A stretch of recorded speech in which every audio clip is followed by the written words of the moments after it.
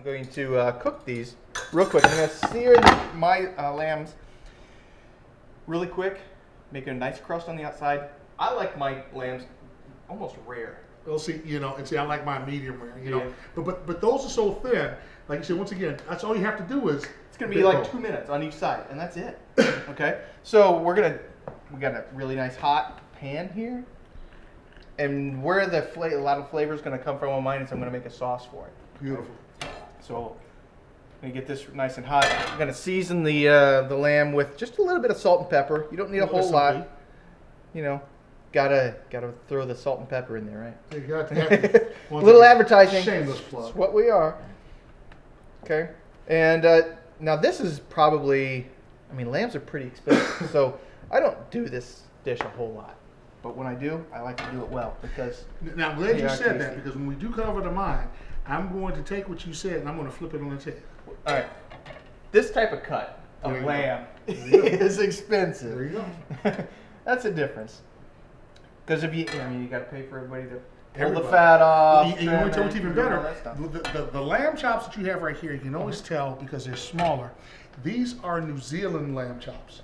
Okay, New Zealand or Australian. You can always tell because this little part right here, we actually call it the eye of the lamb. Domestic lamb, our lamb that we get here from Colorado, actually, believe it or not, has more flavor.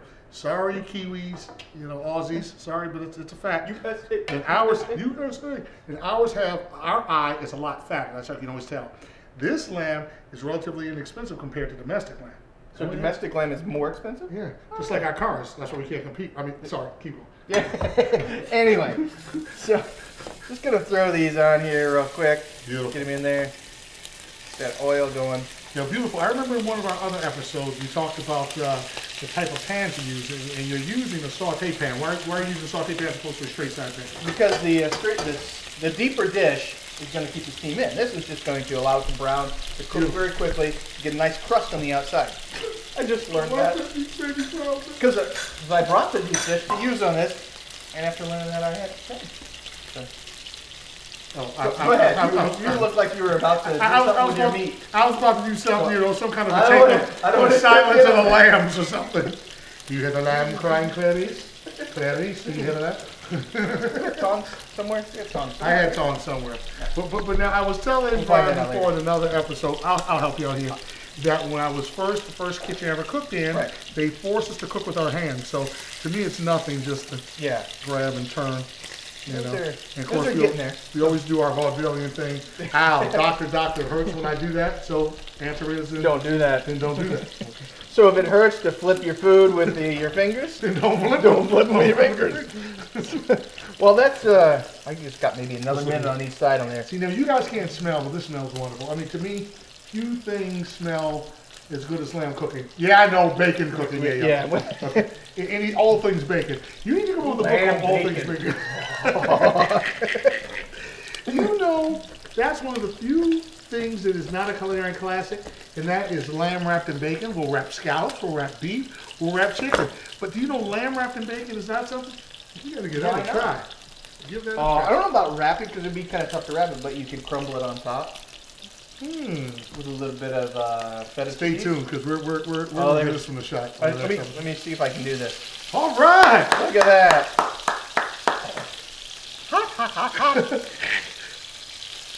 Yay! No burns. No. We don't want tongues. Don't try this at home. Hopefully they won't cut this out, but that's our producer going, tongues. You too. That's right. Punch up, man. Cook with your hands. Go ahead. Well, I take the lambs out because these are cooked. Okay. So now you're going to take them off to the side. Right.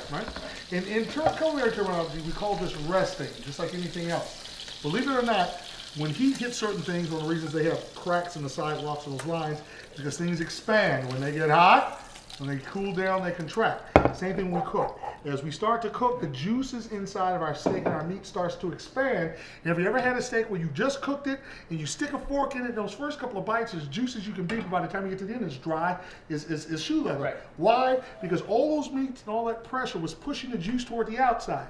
As soon as you cut it, all the juice comes out on the plate. We let it rest, those juices go back in. It's juicier all the way through. Yeah, and people think that, oh, well, if I let it sit there for 10 or 15 minutes, it's going to get cold. cold. No, it's the best thing. It doesn't get cold. And heat redistributes itself.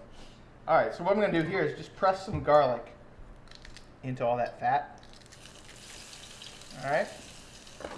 Woo! There we go.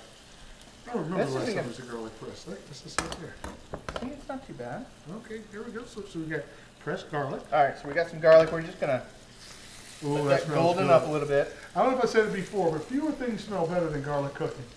Other than bacon. Lamb and bacon. Lamb and bacon. You ever see the movie, not the Jerk? Oh. That's all Have I I need. ever? I'm American. I've seen it. Come on. I don't need anything else. Just garlic, bacon. That's all I need. I don't need anything else. And we got some what is that? Wine. That's 1 cup of wine. And then I'm just gonna put a couple of leaves of mint. Beautiful. Now, a lot of folks are going to see mint in Brian's dish. You're going to see mint in mine. Quite often, folks, and I don't know where it's even started, this American obsession, or whether it came from Europe or whatever, with mint jelly with lamb. But mint does go well with lamb. And one of the reasons is that, well, it's not even just that. You got to remember, where lamb was really made popular in the Mediterranean, and believe it or not, in Northern Africa and the Middle East, what we now call the Middle East, they grew a lot of mint. You were telling me yourself you grew mint, and it starts to turn into a weed. I started off with one little plant. Now it overtook my parsley. It overtook my basil. It overtook the rosemary. And believe it or not, the reason that it goes so well with lamb is that a lot back in those times, in those areas, mint grew quite frequently. Same thing. It took over everything. And while the sheep were out grazing, what do you think they ate? They ate and the it became flavored. Their meat started to taste like that as well. So the two things go hand in hand. Always look for a reason why things go together. But that's why. So you will see mint featured in here. Yeah. And mint is also one little less known thing. Mint is in the basil family. So wherever you would substitute or basil, you can try it with mint or mint with basil. That makes sense because my wife went out there. I told her to go pick some basil. Oh, sorry, honey, but I told her to go pick some basil, and she comes back with a whole bunch of mint. Oh, Steph. And I thought you would. She knows better now. She knows better now. Okay, good. Well, I'm throwing in some butter here, and then I'm going to have some mustard and some cream, just to make it a little creamy. That's why we want to reduce this a lot, because we are adding more things to it. Now, so I just whipped in a little bit of butter. And what you're doing actually has a name. Anytime we add butter to a sauce in the professional world, we call that monter au beurre, to mount with butter, monter au beurre. Usually we just say Monty. Really? Monty. So usually if I give one of my cooks a command, I'm like, all right, get it going, reduce the sauce, and then Monty. And that's automatically understood, mount it with butter. And you're going back to the Canadian thing, all right? Yeah. You got a Mountie, Yeah. I'm not quite sure what accent that was. I don't either. All right, and then what we're going to do is add 2 tablespoons of Dijon mustard. Ooh. Oh, yeah. Ooh. And I like where this is going. oh, yeah. Oh, yeah. Oh, yes. And 2 tablespoons of heavy cream. Okay. And then we'll just whip that up. So what I did is I incorporated all the butter, got that all mixed up together so that it wouldn't lump up when I add the other stuff. And at the end of the day, he's added some more fat. And as any chef will tell you, that tastes good, baby. That tastes good. I started putting some of the sauce on here already and just kind of drizzle it down. Yeah, sauce get is some beautiful. on the meat. You don't need a whole lot. Put some on the, make it look pretty.